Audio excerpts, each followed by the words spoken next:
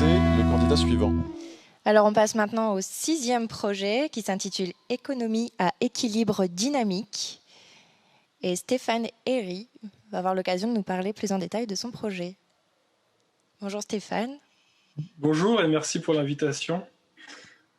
Merci à vous d'être présent et de bien vouloir pitcher votre projet. Alors, tout le monde connaît le concept de croissance économique, mais peu de gens s'intéressent à ses effets. L'un d'eux réside dans son caractère exponentiel. Avec un taux de croissance de 2% par an au niveau mondial, l'économie doublera de taille tous les 35 ans.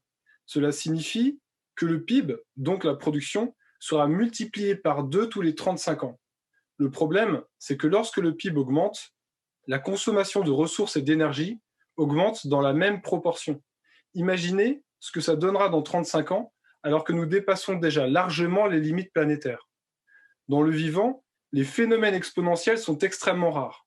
Nous observons plutôt des mécanismes de régulation que l'on appelle des rétroactions négatives. C'est un des facteurs qui a permis à la vie de prospérer sur Terre durant des milliards d'années. Prenons le cas de l'homéostasie. C'est un phénomène propre aux êtres vivants qui leur permet de maintenir certains paramètres autour de valeurs bénéfiques pour l'organisme. La pression sanguine, la glycémie ou encore la température du corps sont maintenus autour de valeurs d'équilibre. Par exemple, si votre température monte trop haut ou descend trop bas, vous mourrez. Ces mécanismes sont donc vitaux pour les espèces biologiques et fondamentaux pour leur résilience.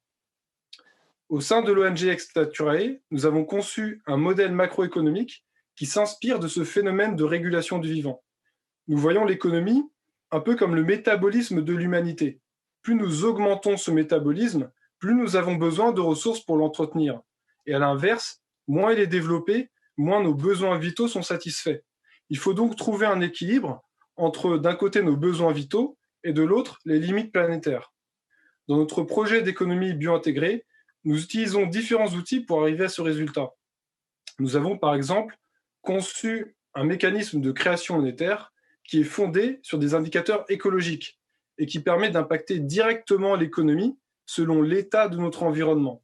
En gros, plus notre environnement est dégradé, plus l'économie est impactée négativement. Et à l'inverse, plus nous réparons notre environnement, plus l'économie peut s'agrandir. Les projections que nous avons réalisées montrent un système qui oscille entre des périodes de croissance et de décroissance, et qui tend à s'équilibrer de lui-même vers une zone de stabilité, exactement comme l'homéostasie. Ce système maintient la taille de l'économie dans une fenêtre de soutenabilité écologique.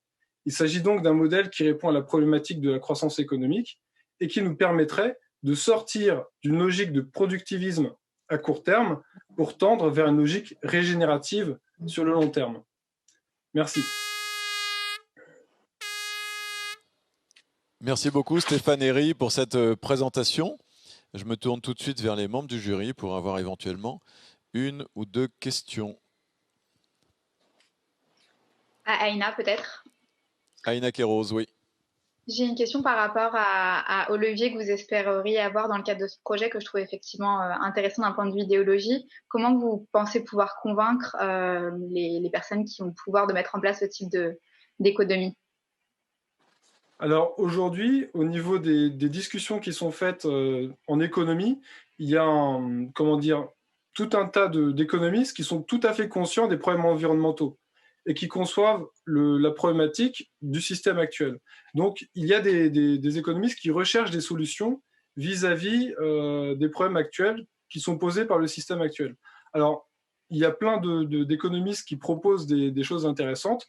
Nous, ce qu'on essaye de faire, c'est de vraiment essayer de proposer quelque chose à l'échelle macroéconomique. Parce que bien souvent, ce sont des propositions qui s'attachent à l'échelle microéconomique. Et l'aspect microéconomique est certes très intéressant, mais si on ne prend pas en compte l'aspect macroéconomique, donc qui est en lien avec la création monétaire et les règles globales du système global, eh ben, on a de fortes chances à ce que les problèmes ne soient pas véritablement résolus. Notamment à cause du fait que la croissance économique aujourd'hui est indispensable, puisque le système n'est pas prévu pour décroître. Le système, aujourd'hui, globalement, n'est pas prévu pour décroître. Donc, il faut inventer de nouveaux systèmes post-croissance pour justement amener une possibilité de pouvoir stabiliser, on va dire, le développement humain vis-à-vis des ressources et du vivant. Léa Zaslavski, peut-être je pense que la question aussi, pour être très concret, c'est une fois qu'on a établi ce système de pensée et établi justement ces principes-là, comment on fait, c'est quoi le plan d'action pour les voir advenir? C'est-à-dire, est-ce qu'il faut convaincre des politiques? Est-ce qu'il faut, pour vous, c'est quoi les prochaines étapes pour que ça devienne une réalité? Après, pour l'instant, on en est au stade de recherche. Ensuite, après, évidemment, il va aller falloir convaincre les acteurs politiques, les institutions, etc. Parce que de toute manière, ce sont ces personnes-là qui sont en capacité de pouvoir mettre en place des systèmes économiques différents. Et durant l'histoire de l'humanité, je pense qu'on a quand même du mal à s'imaginer ça. On a vécu avec plusieurs systèmes économiques différents. On n'a pas toujours vécu avec ce système économique. Il y en a eu plein. Bon, et aujourd'hui, on voit que ce système-là nous amène à une contrainte. Cette contrainte n'est pas liée à nous en tant qu'humains, elle est liée aux lois physiques et biologiques. Et donc, du coup, on va devoir nécessairement changer puisque la situation ne va pas s'améliorer au niveau environnemental sinon. Donc, par ce biais-là, en fait, on va être dans on va être dans l'obligation, en quelque sorte, de devoir changer de modèle économique. Et d'ailleurs, au Forum de Davos, aujourd'hui, des discussions sont entamées en ce sens. On parle de grande réinitialisation de ce genre de choses. Ça veut dire qu'il y a quand même quelque chose qui est comment dire, les économistes en ont conscience et du coup, il va falloir proposer des choses, donc commencer à travailler dessus. Je peux poser une dernière question rapidement. Comme vous l'avez dit, il y a déjà beaucoup d'économistes qui sont conscients que, pour faire court, on ne peut pas avoir une croissance infinie dans un monde fini. Comment est-ce que votre projet prend en compte, s'articule avec des choses qui existent déjà, comme les recherches sur des nouveaux indicateurs de richesse, par exemple, ou bien tout ce qui est la finance verte, la taxonomie verte, enfin, qui ont quand même tendance déjà à lier l'économie avec l'environnement? Alors en fait, une des grosses problématiques qu'on a actuellement, c'est que la croissance économique n'est pas compatible avec une moindre usage de ressources. C'est-à-dire que si on diminue notre usage de ressources, on va forcément diminuer notre croissance économique. Donc, parce qu'on a ce qu'on appelle le couplage en économie, bon, c'est un peu compliqué, je ne vais pas rentrer dans les détails, mais grosso modo, aujourd'hui, nous ne voyons pas de découplage absolu, et par conséquent, nous sommes dans l'obligation de continuer une croissance économique. Donc, on va devoir changer certaines règles du jeu pour amener le système à décroître.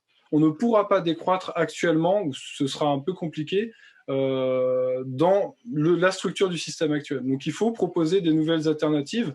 Donc il y a par exemple Kate Raworth en Angleterre qui propose la théorie du donut, qui est aussi dans cette idée-là de considérer les lignes planétaires et les besoins humains et d'agencer ces deux choses en poussant l'économie entre ces deux frontières. Merci beaucoup. Énorme enjeu, effectivement. C'était une question de Dominique Pialot. Merci Dominique pour la participation et la question.